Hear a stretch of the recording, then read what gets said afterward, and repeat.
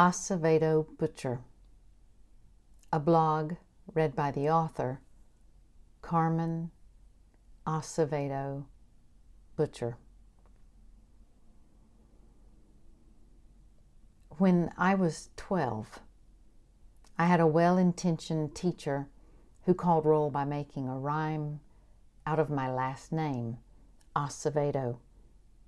He mispronounced all but its last long O and rhymed that with hot potato. How do you say A-C-E-V-E-D-O? My LinkedIn profile has a recording there. It's Acevedo.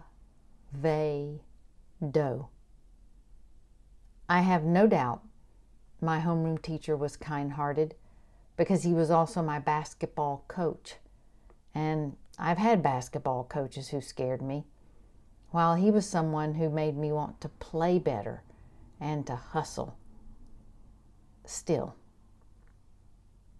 what I learned from that experience is that names are very important. It's a lesson that has stayed with me to this day. As a teacher at UC Berkeley in the college writing programs, I make an effort to learn what my students' names are and how they pronounce them, and I try not to be awkward about it. Along the way, I've learned a lot about names in general, and I've often had students say, "Thank you so much for learning my name. I've never had that before."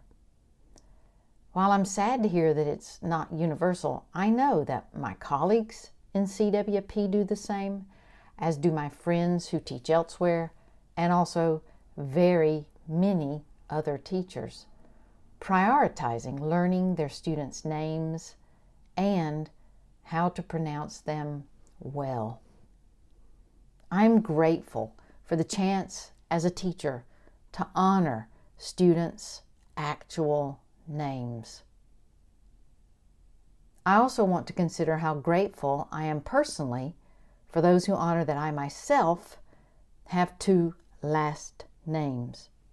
When I first started back into the workforce as a college professor, after having been a stay-at-home mom for years, I used my maiden name, Acevedo, and my married name, Butcher. I mainly did it for practical reasons.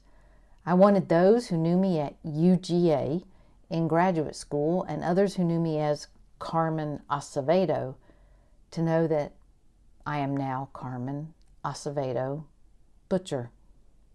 However, it was an uphill climb. When I was invited to give talks and such, I'd submit all the information with my three names, but no one ever used Acevedo much. So I kind of gave up. I became Carmen Butcher. When I became a Fulbright senior lecturer at Sogang University in Seoul, my husband Sean suggested we make a website so students could have my notes more easily, so we did. But all three names seemed then too long for my website if I wanted it to be easily memorable for my students, especially from the perspective of teaching English in a country where Hangul was their first script and Korean their first language. So my website has always been www.carmenbutcher.com. I think today, if I had to do it over, I'd keep all three. My Acevedo name is that important to me. I know I look light-skinned now, and I'm married to a white man from England, Sean. So I very often get slotted into that space, and I can see why.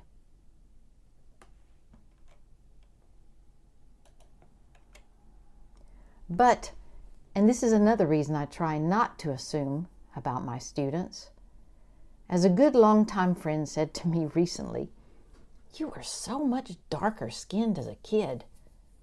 And my mother would always say to me as I was growing up, "You have such beautiful olive skin and olive complexion."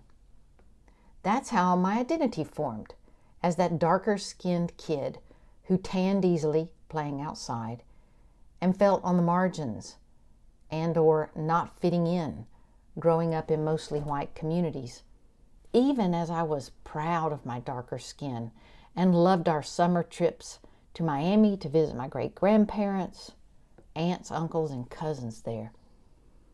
I was so proud to eat then and at times at home the Cuban foods of my father's heritage, and mine is one reason I use more tan-skinned emojis. Names are complex. Names are sacred. As I began publishing, and admittedly as society started changing in its attitudes towards names and naming, it became important to me to have my whole self on the cover, even as every book is created by so very many people and not just one author. For my work and career as a writer, I wanted my whole self, or Carmen Acevedo Butcher, there with me. Not to would have felt as if something was missing. So I looked up to see the history on two last names. I learned that there is a most repulsive phrase for it, double-barreled name. Because of its first use and association with firearms since 1709, when Richard Steele wrote in the Literary and Society Journal Tatler, quote, his double-barreled pistols. I prefer double surname, or simply two last names. Many join theirs with a hyphen. I don't. It's Acevedo Butcher. I'm also reminded that today, many of my students with Latina, Latine, and Latino backgrounds are honoring their heritage more openly as they include their double surnames in their school records, with the first being their father's surname and the second their mother's. Curious one day to see my author page online, since I'm grateful to be there and wanted to check out my new digs, I couldn't find myself under the A's. My heart sank a little. There I was, under Butcher. So I asked the kind people who helped me there to please put my author page under Acevedo Butcher, the A's. This is also why I'm so thankful when someone I don't even know emails me to ask, do I cite you as Butcher Carmen or as Acevedo Butcher Carmen?